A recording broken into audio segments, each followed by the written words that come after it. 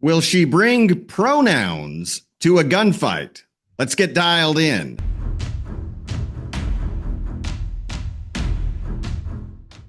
Hello and welcome to Texas Talkin, the only political talk show in the Lone Star State more animated than a Saturday morning cartoon. I'm your host, Shiloh Platts, defender of all things conservative. And tonight, folks, we're heading into a debate with Sara McGee, a woman who wants to represent Texas in the state house, but whose ideas sound more like they were written by a grad student at Berkeley after 3 pumpkin spice lattes and a panic attack about climate change. Let's just start with the basics. Sara McGee is running on what she calls a vision for Texas. Sounds nice, huh? Vision, inspiring. Except her vision includes abortion on demand, more government, fewer freedoms, and get this, no more sex with men. That's right. The same people who can't tell you what a woman is are telling them to not get between the sheets with a man. And if you think I'm joking, well, I certainly wish I was. But I have the post from X that we'll go over. These people are serious. They want to turn Texas into California with a drawl. Now, Sara claims she's all about equity and justice. Those words sound great on a bumper sticker, but in practice, well, they mean something very different. Equity means your hard-earned paycheck gets redistributed to someone who didn't earn it. Justice means criminals roam free while you're told to feel guilty for locking your doors or shooting someone for trying to steal your property. And if you complain, congratulations, you're the problem. That's her worldview. And here's the part that really blows my mind. Sara McGee wants to represent Texas. Texas, the land of barbecue, pickup trucks, guns, and people who say, yes, ma'am, instead of my pronouns are Z and Zer. This isn't Austin City Council. This isn't Portland. It's Texas. But Sara thinks we're all one government program away from utopia. Like the only thing standing between us and perfection is another tax hike and a few more diversity coordinators. Of course, Sara will tell you she's pro-freedom. Sure, as long as you're free to agree with her, free to drive an electric car that you don't want, eat bugs you didn't order, and send your kids to a public school where they learn drag queen story hour is history class. And if you disagree, well, you're clearly an extremist, a dangerous one. You should probably be reported to the FBI. So tonight, we're going to ask Sara some very simple questions, the kind real Texans care about. Do you believe in the sanctity of human life? Do you believe children should be subjected to drag queen performances? Do you believe criminals should be in jail? Do you believe we should have more laws restricting gun rights? And perhaps most importantly, do you even like Texas barbecue? Or are you more of a tofu and kale type? Because let's be honest, that tells us just about everything we need to know. This debate isn't just about Sara McGee. It's about whether Texas stays Texas or whether we hand the keys over to the people who think America is a racist hellhole and gender is a spectrum. I know which side I'm on. Let's get started. And joining me now from the deepest, darkest recesses of wherever it is that leftists congregate in Texas is Texas House District 132 Democrat, yes, ladies and gentlemen, you heard me correctly, Democrat candidate Sara McGee. Sara, thanks for coming on. Sure.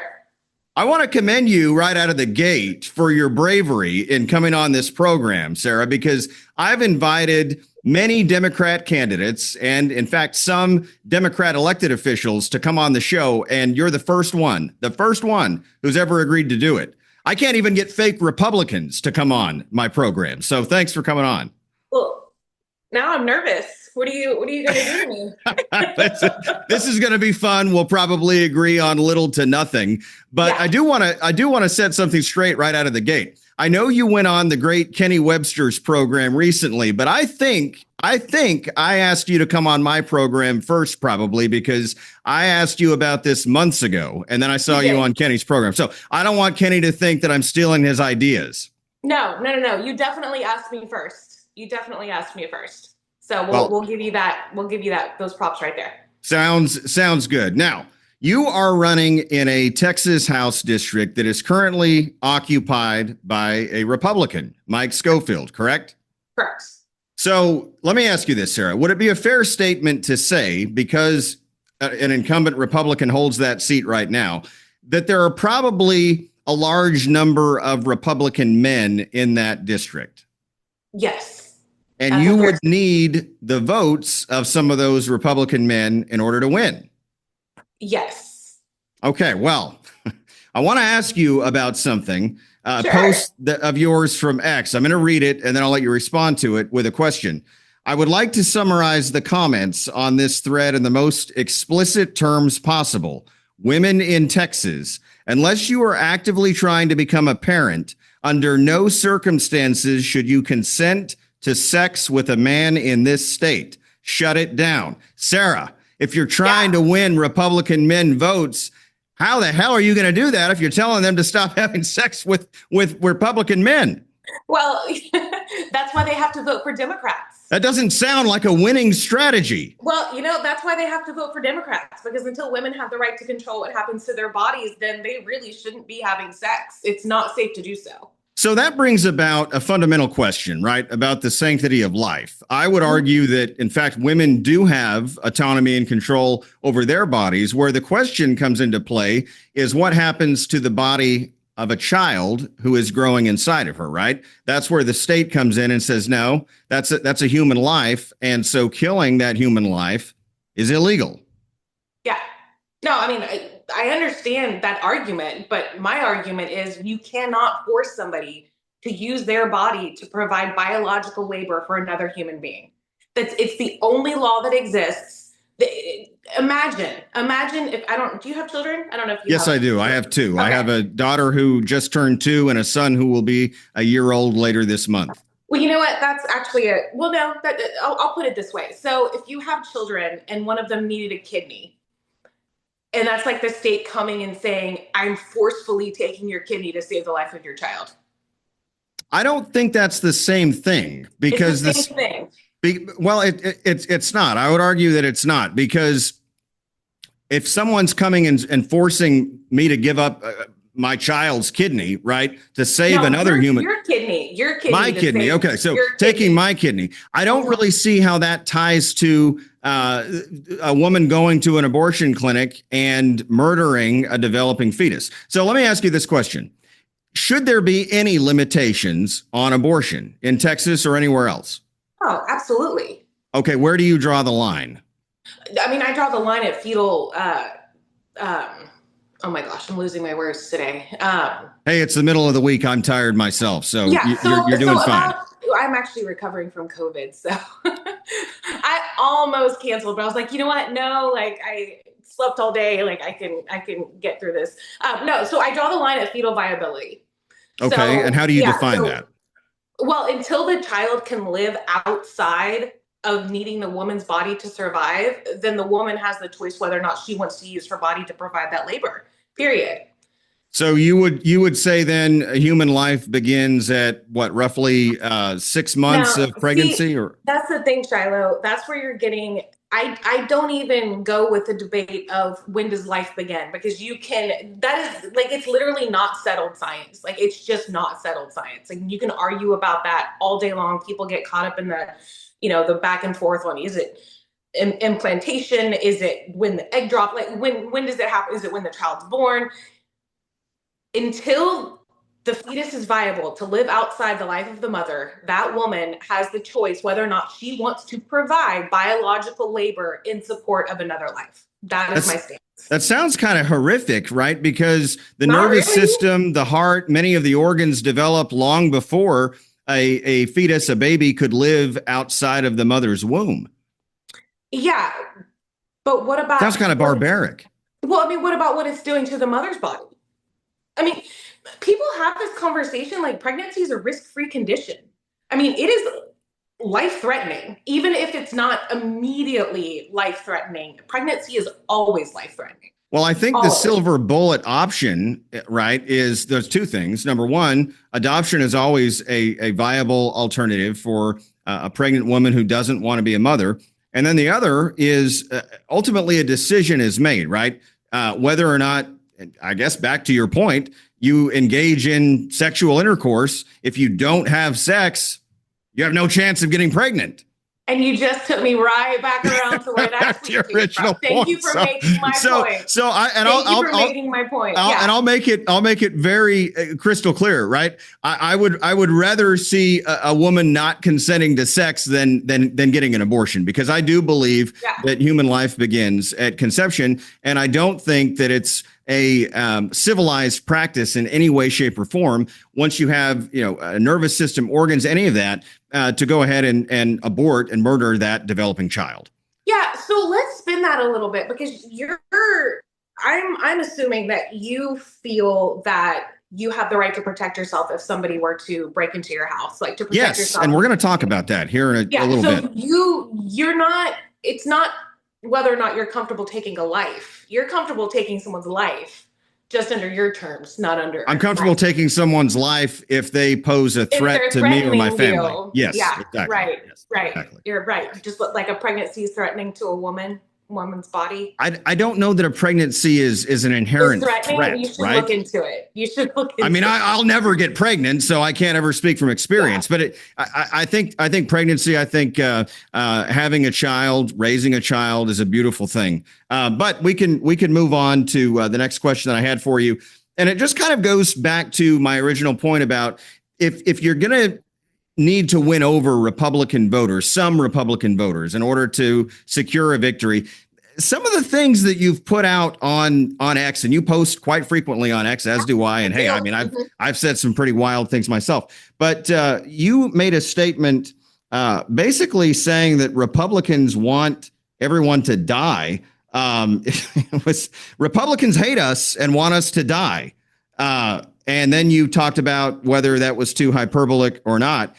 You said the entire goal of the Republican Party is to figure out the best way to turn public tax dollars into private profit, and then turn around and tell us that the reason we're struggling is not because they've made everything astronomically expensive, but because we're lazy and don't work hard enough. So expound on that a little bit, if you would. Yeah, no, I mean, think about it. Every single thing that the Republicans passed, school vouchers, they'll let our roads crumble. So the, buddies that own the private toll roads can come in and save the day. We have private prisons that we're funneling public tax dollars into. We have our healthcare system is ridiculous. Like there is and if you, we would save an astronomical amount of money every year as a country if we had single payer healthcare, period. So you're for government funded, taxpayer funded, I should say, healthcare. Yes, not government run, but taxpayer funded. Whereas one company that is independently run, not for profit, that basically functions as a not for profit insurance company. That's the steward of our resources, and they distribute them appropriately for people that need care. How do you think that might affect the quality of healthcare if we were to do that? We could fund everything that everybody's getting now, the exact same services that people are getting now, plus covering all of the uncovered people for $500 billion a year less than what we're currently spending on healthcare. And I have so many ways, common sense ways that I can explain how that's possible. Number one, how is adding profit? What is an insurance company for? Like, they take your money, they add a layer of profit to it for their shareholders. They deny you services. They pay hospitals and doctors crap. You're not going to hear me defending insurance companies. I can tell you that. That's what I'm saying. If we took profit out of healthcare and had one independently run, not-for-profit insurance company that managed our dollars and put them, because everyone's like, oh my God, healthcare is so expensive. Buy your own healthcare. I'm not paying for that. The problem is you already are paying for that. You're paying for uncovered service. Do you mean to take profit out of health insurance or profit? You said profit out of healthcare. So I'm so sorry. I meant health insurance. Health insurance. Okay, because if you take profit out of healthcare, right? I mean, you're going to get low quality doctors probably, but even taking profit out of health insurance, I just don't know how that would work, because if you look at places like Canada and certainly countries in Western Europe where they have government run healthcare, taxpayer funded healthcare, in other words, two things automatically happen. Number one, your taxes are going to go up. I don't like paying taxes. Number two, very commonly, people tend to have to wait on wait lists for exorbitant amounts of time in order to get routine procedures done, because everybody and their dog is lining up to get these procedures. How would you go about fixing that? Yeah, so I mean, that sounds great until you look at how much money when I say we could save $500 billion, I'm not saying that we're going to spend less than Canada or even what Canada spends. We're still going to spend more money than Canada spends. But by taking the profit out, we're automatically going to be saving money. And we can still have the same level of care we have now, which isn't great. Like, I mean, you hear people, I'm waiting 3-4 weeks for an MRI. I mean, heck, I work in radiology. Like, I'll have people call me all the time. Hey, the next appointment I can get is 6 weeks from now. Can you get me in sooner? Like, it's not like we're knocking on the door and getting everything we need right this second. Like, it's not great. So which people do you think Republicans want to die? So that's the thing.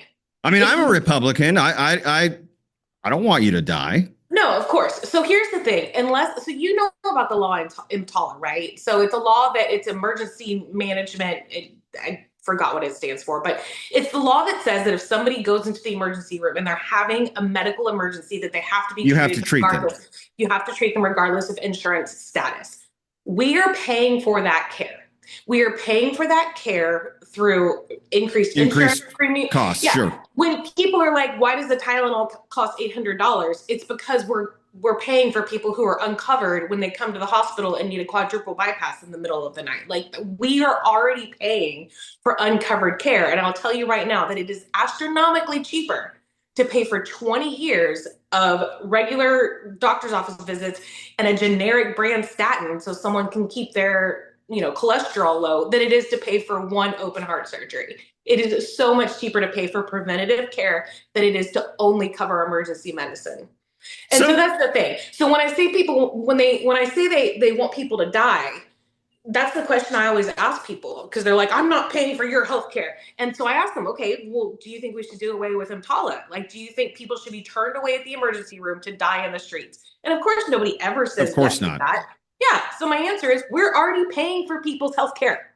We're already paying for people's health care. And it would be so much cheaper to pay for preventative care than it would to wait until it gets to be an emergency. Something else that we pay through the teeth for, and I know you agree with me on this, is property taxes. To my surprise, I've seen you post about and talk about your desire to, I can't remember if it's either reduce, reform, or eliminate property taxes entirely. Most Democrats I meet don't want to talk about eliminating taxes of any kind. So I was kind of thrown off and taken by surprise. Clarify your position on property taxes for me. Yeah, I want to get as close to eliminating them as possible because it's a regressive, or it's a progressive tax. So sales tax, which is one of the avenues that people have suggested that we replace it with, is a regressive tax. So it hurts the people at the bottom the most. And so I want to avoid that. I have crafted a plan that avoids that as much as possible. I would need to crunch more numbers and see, how it would actually look. But just off the bat, we have got to tap into sin taxes. We have got to tap, and I know everyone's, because that brings in gambling and cannabis and, putting an extra $1 in a pack of cigarettes, or, I'd even be open, and this is going to make people like claw back into themselves, but I'd even be open to putting 5 cents on each gallon of gas. Like, ooh. I know, but Shiloh, here's the thing. I mean, I drive a big pickup truck, and that thing guzzles gas. But everybody wants consumption tax until it's something that they spend money on. Like gas, everybody has to buy gas. Yeah, but everyone's like, oh, we'll just replace them with consumption taxes. But, everyone wants consumption tax. But right off the bat, first of all, Elon Musk would immediately lose all of his tax abatements. I think it's absolutely ridiculous that we. Oh, I don't agree with corporate welfare one bit. Yeah, you'll find common ground with me there too. I don't like welfare of any kind. Yeah. So corporations are still going to pay property taxes because at the end of the day, nobody should lose a home that they bought and paid for. And I understand because I've actually talked to some Democrats and they say, well, they own the home, but they're still using the police and the fire and the this and the that.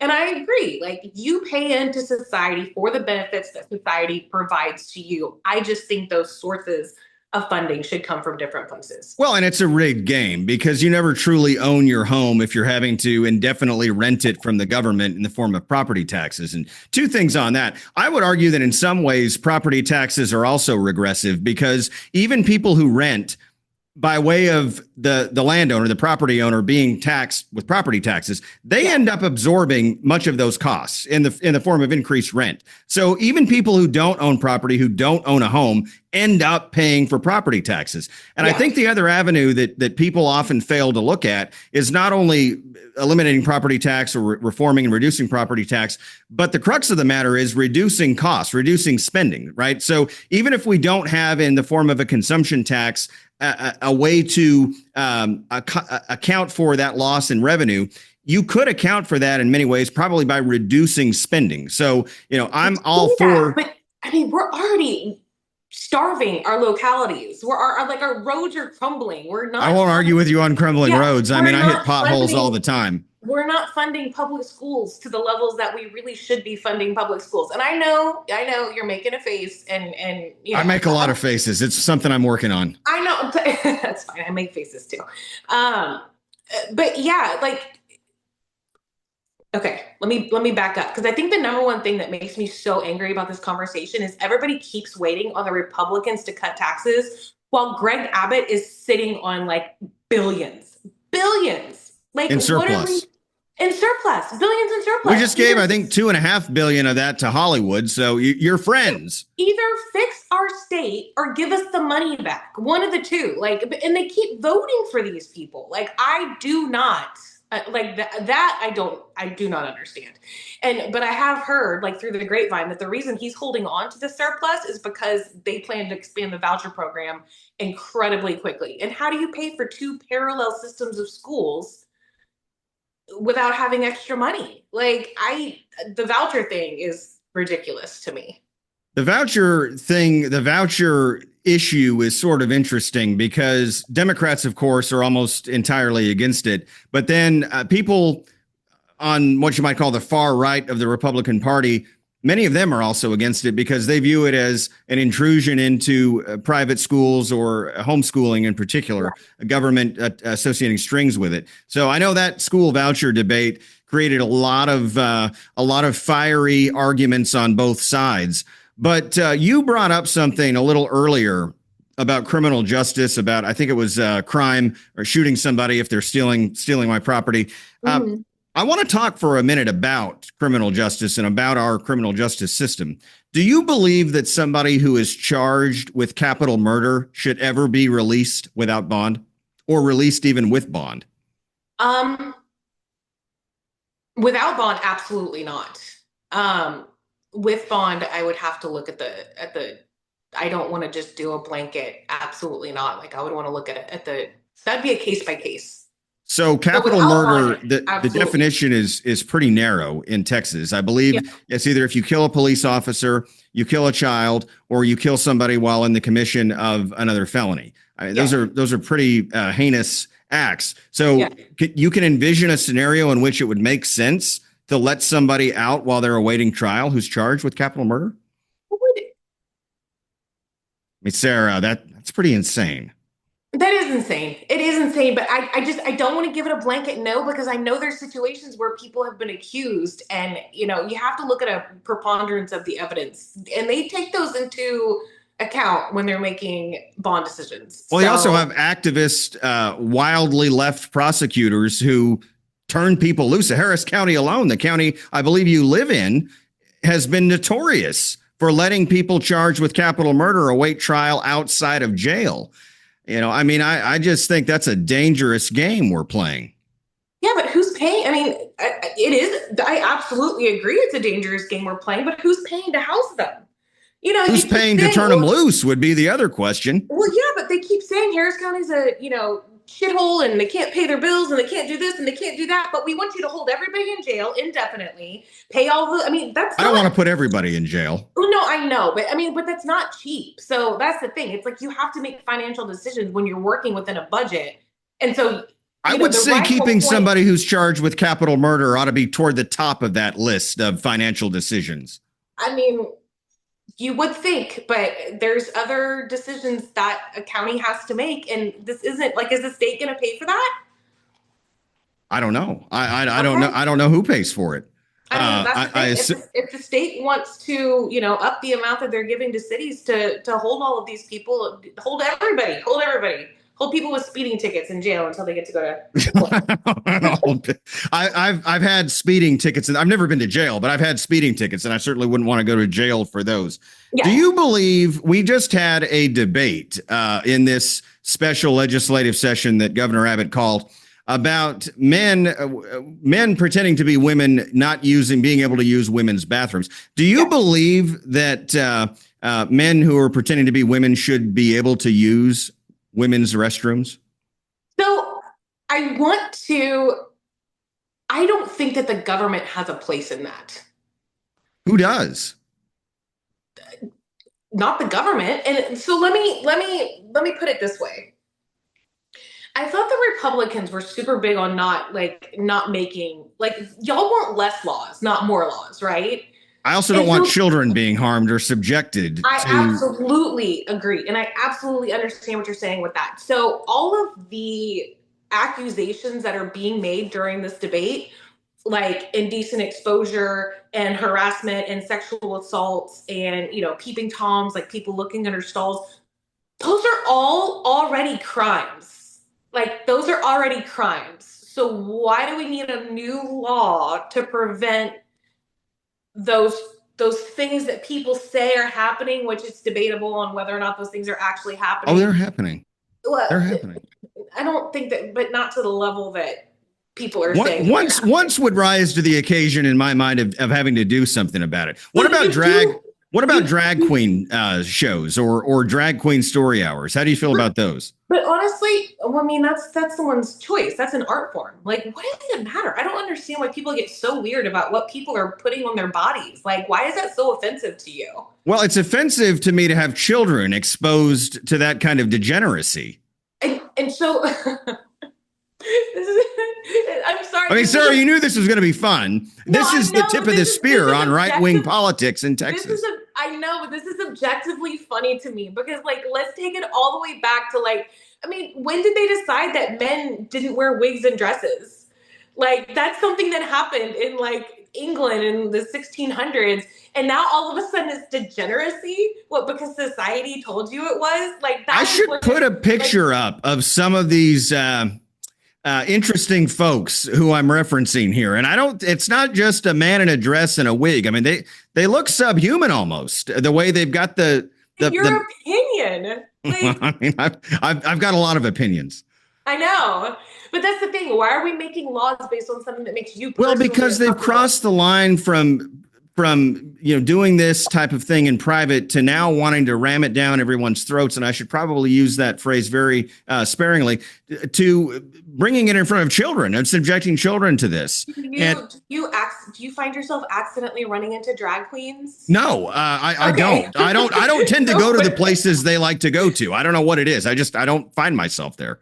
Well, yeah. So what do you mean they're shoving it down your, how are they shoving it down your I'll give you an example. How do you accidentally see drag queens? I'll give you a for instance, and I didn't see it, but I found out about it and I put it on Facebook and I got excoriated by leftists all over the place. Antifa was all over my ass. I found out about a drag queen bingo event that was being held at a family fun center right here in Southeast Texas. So somebody sent it to me, tipped me off about it. I found out about it, of course, lost my mind, and put it out on Facebook to let people know about it because children would be able to see this chicanery going on at a family fun center. And I don't think that's appropriate. Did those children take themselves there? Their parents took them there, and shame on them for doing so. Okay, so are you for parental rights or not for parental rights? Of course, I'm for parental rights, but I'm not for subjecting children to what I believe is a form of sexual abuse. You're not you're not for subjecting children to people. That's where the state needs to intervene. To people whose bodies are fully covered. Well, they're not fully covered in a lot of these things. Particularly like what they're not fully covered. I mean, they're pretty exposed in many cases. Drag queens? I've never seen a willy sticking out. I don't know. I gotta tell you, I don't. Not at the bingo. There's actually a church out in Katy that will have like drag queen stuff. What kind of church in Katy would host such an event? I mean, one that doesn't police what people wear. Not a Christian church, certainly. It's a Christian church. What, a Christian Science church, Unitarian? No, it's like a community of faith or something, but it's a Christian church. Well, I appreciate you hanging in with me here. Run down two more questions, and I'll give you an opportunity to give us your pitch, your elevator pitch. And that's the least I can do for you for coming on and having this discussion with me. Do you believe that we need to have more gun laws on the books than we already have? No. Really? Yeah. Okay. I'm shocked. I'm in a state of shock. Yeah. Last question that I had for you, Sarah. Do you even like? I want to real quick. Okay. I want to explain that. All right. I want to explain that. Do I think guns are a problem? Absolutely. I absolutely do. I wish people were more responsible with them. But I mean, the Second Amendment's the Second Amendment. So that's a tough place for me to be because my personal feelings don't align with what the Constitution says. But are you a gun owner yourself? I am a gun owner. So it sounds to me like it might be a reasonable statement. I certainly think it is, but I want to ask you. You say guns are a problem, gun violence or gun crimes are a problem. I would reason to bet that you probably don't think adding more laws would solve that problem. At this point in America, I don't think so. But I also don't think that we should take any laws off the books. Like like right where we're at. So that's where I differ. Like trying to get rid of gun-free zones and wanting 18-year-olds to be able to buy, semi-automatic weapons. They can go to war. I mean, that's great, but they shouldn't be going to high school with. So if you wanted to raise that age, wouldn't it stand to reason that we ought to raise the age that folks are required to sign up for the selective service for the draft? I mean, sure. Okay, well, at least you're consistent. Sarah, do you even like Texas barbecue? I have you pegged as more of a tofu and kale type. Oh my God, that's so gross. Oh, no. I have family in Kansas City, and this is one of the things. Like, is that where you're originally from, or are you from Texas? No, my family's from Oklahoma City, but they moved to Dallas before I was born. But I have family up in Kansas. So you were born in the Dallas area? I was born in Dallas. I'm not a native Texan. I came here by way of Utah a little over 7 years ago. But anyway, go ahead. Anyway, I was born in Dallas, moved here when I was 3. But yeah, my family in Kansas City is actually on the list of things that we've put on the list of things that we do not talk about anymore because it's a very heated conversation. Dude, oh my God. Like they literally in Kansas, you see, you're going to get me fired up. In Kansas City, they judge barbecue based on whether or not the sauce is good. Like they don't even focus on the smoking or the wood you use or the process of cooking the meat. Like yeah, they got it all wrong. They got it all wrong. Oh no. Oh, I can't. Anyway, yeah, I like Texas barbecue. All right, we got to wrap things up. So I'm going to give you an opportunity to tell people why you think they should vote for you. Yeah, well, because I grew up here. Like I said, I was born in Dallas, moved here when I was 3. I've lived in this district my entire life, raised my kid. I grew up here, went to high school here, raised my kids here. I'm a level-headed person. I'm a mom. Like, this is my home. Like, I know Katy and Cypress like the back of my hand. I know the people here. They're good people. And Mike Schofield is not representing this district. Like he is not accurately representing this district. And every single person I've talked to, Republican, Democrat, doesn't matter. He ignores everyone. Like you cannot get him on the phone. He does not answer emails. He doesn't hold town halls.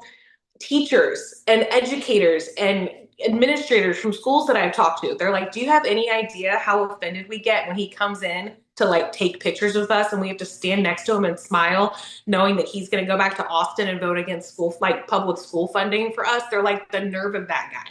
Like, he's got to go. He's got to go. Like, this is my home and he does not represent my home. And so that's all I want to do is get to Austin and make laws for my hometown. Like, that's literally all I want to do. The Twitter thing has been super weird. Like, I have no idea how I got so many followers. Like, this genuinely started with like hitting the ground and going to all the, political organizing groups that I could find and, calling my neighbors. And like, this truly started as a grassroots thing. And I set up my social media as my social media accounts as part of, that's what you do when you start a campaign. No idea how I've blown up. Well, you get a lot of engagement. You've certainly figured out how to leverage social media. You and I have some fun back and forths. But I want to thank you again for taking time to come on tonight. We agree on very little, but it's been a fun, engaging discussion. And I think these types of things are important whenever people are brave enough and willing enough to do it. Yeah, well, I will thank you. And I will say that this was definitely a better experience than it was with, no knock on Kenny, but it's nice when you at least let me talk. Well, hey, I do a little monologue. I get my little jabs in, my little barbs, and I like to ask questions. And of course, I'll interject when I disagree, which again, we disagree on pretty much everything, but we surprisingly found a little bit of common ground. Sara, may God bless you, and may God continue to bless the great state of Texas. Thank you for helping us keep Texas talking. Stay dialed in to interviews and content just like this by clicking that follow button on my Facebook page, or hit the subscribe button to learn more about exclusive access that you won't want to miss.